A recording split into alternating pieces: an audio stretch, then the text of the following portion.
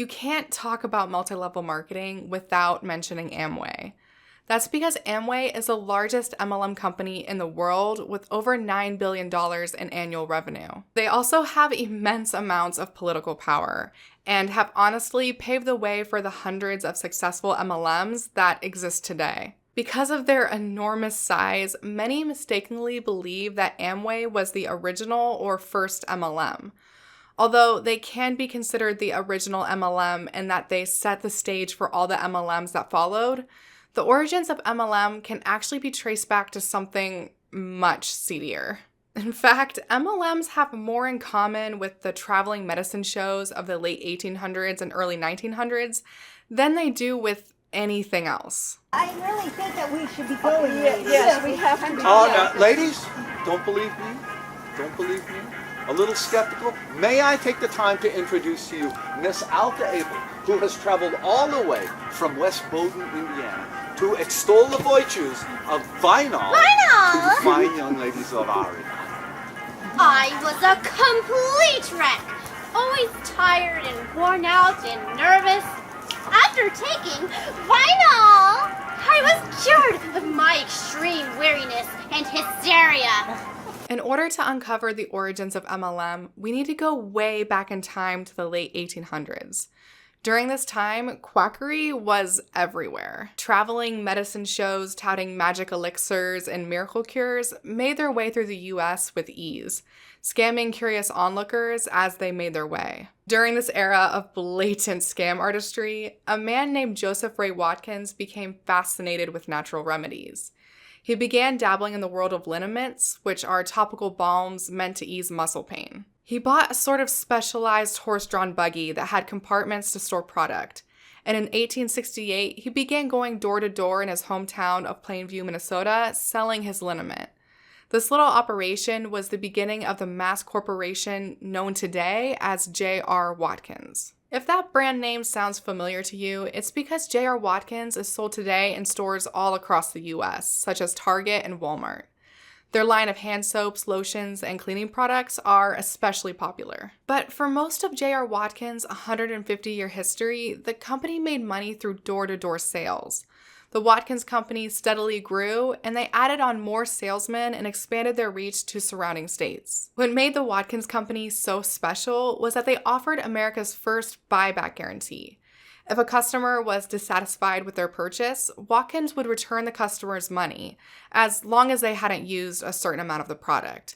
This has now become a standard for product-centered companies. Watkins is also credited as the founder of the direct sales model, in which independent salesmen buy product from parent organizations and then resell them directly to customers. Today, direct sales and multi-level marketing are almost synonymous.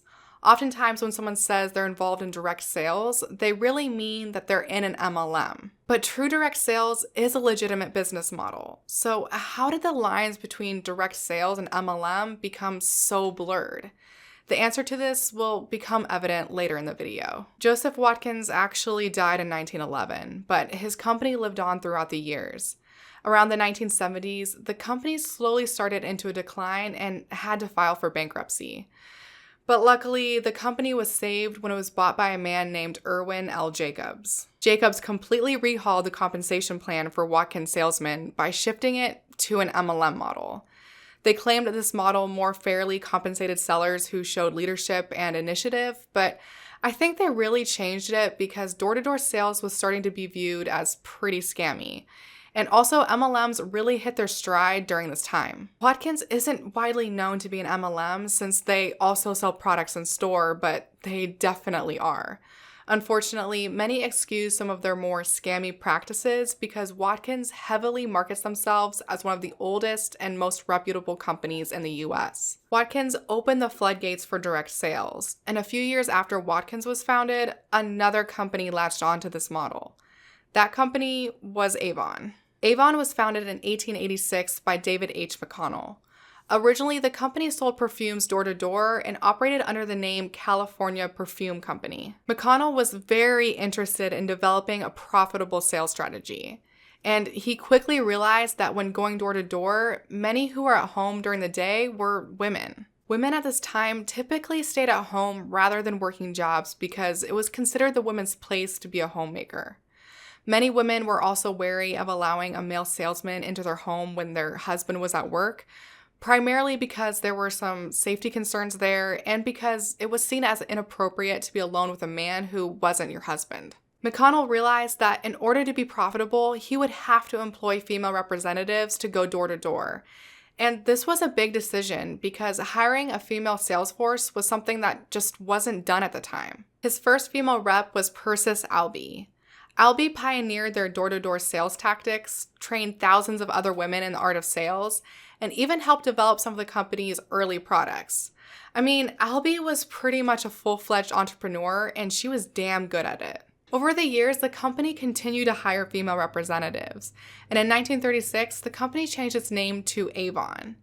In the 1950s, Avon launched its wildly successful Ding Dong Avon Calling campaign. The ad campaign featured their best-selling beauty products and depicted their iconic Avon ladies dressed in red or pink pantsuits, immaculate done-up hair, and striking red lips. Avon was super successful, and even today, they rake in almost $5 billion in revenue every year. But just like Watkins, somewhere along the way, Avon realized door-to-door sales weren't the way of the future, and they switched their model to MLM. Today, Avon boasts about their legacy of female empowerment.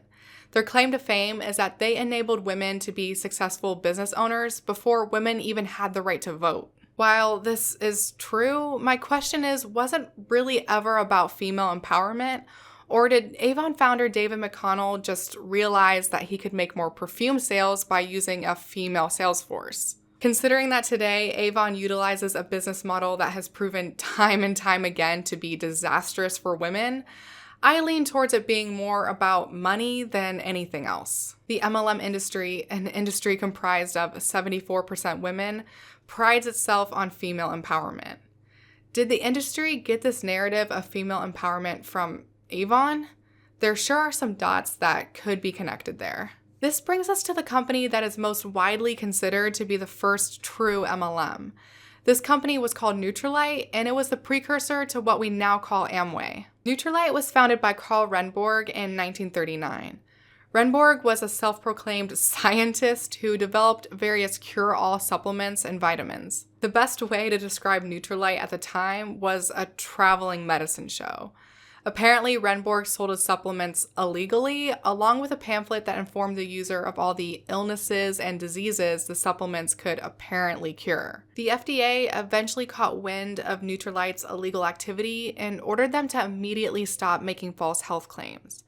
Nutrilite fought hard against this ruling, and the legal battle that followed went all the way to the Supreme Court. The Supreme Court ended up siding with the FDA. After the Supreme Court ruling, Nutrilite didn't do so hot. But after World War II, the company fell into the hands of two new entrepreneurs, Lee Mittinger and William Castleberry, who devised the system of the endless chain of salespeople, what we now call MLM. In the 1950s, Nutrilite recruited two salesmen named J. Van Andel and Richard Devos, who single-handedly brought Nutrilite up to $500,000 in sales each month. Even with this success, the FDA continued to knock on Nutrilite's door as the company's reps continued making illegal health claims. Van Andel and DeVos then had a brilliant idea. They decided to break away from Nutrilite, form their own company, and sell non-health related products so that they could dodge future FDA crackdowns. They named their company American Way, later shortened to Amway. Amway's first product was a liquid organic household cleaner. Eventually, they bought out Nutrilite and acquired all of their products. Today, they sell beauty, health, and household products along with Nutrilite supplements. Van Andel and DeVos took a unique approach with their MLM. They decided to pair their unbridled version of capitalism with patriotism and conservative Christianity. This isn't that surprising because Amway was founded during the height of the Red Scare, a time when American politicians upheld capitalism and Christianity as the antithesis of evil. To be a moral person was to be a God-fearing patriot. Amway and many other MLMs still disproportionately target conservative Christians and Republicans. In fact, Amway has donated millions of dollars to the GOP and to the election campaigns of various Republican candidates. Amway is also a member of the Direct Selling Association, which is a trade association for companies that utilize independent distributors, which encompasses MLM. When the DSA was founded back in 1910, they were primarily for true direct selling companies, and they honestly wanted absolutely nothing to do with MLMs. They viewed MLMs as nothing more than pyramid schemes, which is basically what they are. Unfortunately, as the MLM industry grew, MLMs weaseled their way into the DSA. And now the DSA is comprised of 90% MLM companies. This is why the terms direct selling and MLM have become synonymous. The acceptance of MLM companies into the DSA gave them the credibility that they never deserved. They're no longer viewed as the pyramid schemes that they truly are, and instead are accepted as legitimate business opportunities. Although Nutrilite is typically viewed as the first true MLM, all the foundational companies I've mentioned in this video, Watkins, Avon, Nutrilite, and Amway, have all greatly shaped what the MLM industry looks like today. Avon brought to the MLM world the narrative of female empowerment. Many MLMs have borrowed this narrative and then point to Avon's legacy of employing women, as if this affords the industry as a whole some sort of credibility. Amway has done more to deregulate the industry than probably any other entity, and they have pushed the narrative of MLM being the Christian entrepreneur's key to success. They've done this to the point where churches are now plagued with their members trying to recruit one another into their pyramid schemes. Finally, Nutrilite and Watkins, to a certain extent, with their unashamed promotion of cure-all pills and potions in medicine show fashion, set the stage for what we now see happening in many health MLMs. Medicine showmen would dazzle and mesmerize their crowds, persuading their onlookers to fork over their hard-earned cash and then skip town before anyone would catch on. Today, reps in health MLMs take a similar approach. They dazzle and mesmerize their potential recruits in their DMs, and they make alluring promises of cure-all remedies in social media groups that are impossible for regulators to monitor.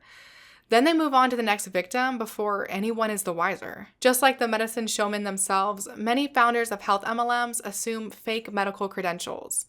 Many claim to be doctors while not having any legitimate medical degrees, and those who don't research into their claims are too often fooled by their compelling performances. And traveling medicine showmen were experts at creating an emotional buying atmosphere.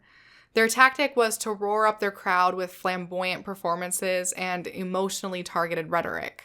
Their crowds would be too distracted by the vaudeville-esque performance to realize they just handed over their last month's wages for a tiny bottle of snake oil. MLM conferences are basically the same thing. MLMs bring in motivational speakers who are experts at getting their audiences to shed a few tears at their words. They use inspirational music to create an emotional atmosphere, and they keep their conference goers busy with event after event. Before they know it, many have spent thousands of dollars on products that the MLM insists they have to purchase to keep their business going. The thing is, we can't point to one single company as the company that started it all. It took the culture created by various companies over the last century to make MLM what it is today. The MLM industry has grabbed onto any sales tactics that can make itself money, throwing ethics completely out the window. Truthfully, MLMs are dressed up versions of snake oil salesmanship. They are modern versions of traveling medicine shows, gimmicks and all. Thanks so much for watching. I want to mention that part of my video was sourced from an article written by Robert Fitzpatrick, who has been investigating and uncovering MLMs for years. A link to his article will be in the description, and I highly suggest you give it a read because it was super enlightening. If you like this video, please make sure to subscribe, ring the bell, check out my Patreon, follow me on Twitter at the Antibot, and I'll see you on the next one. Say bye!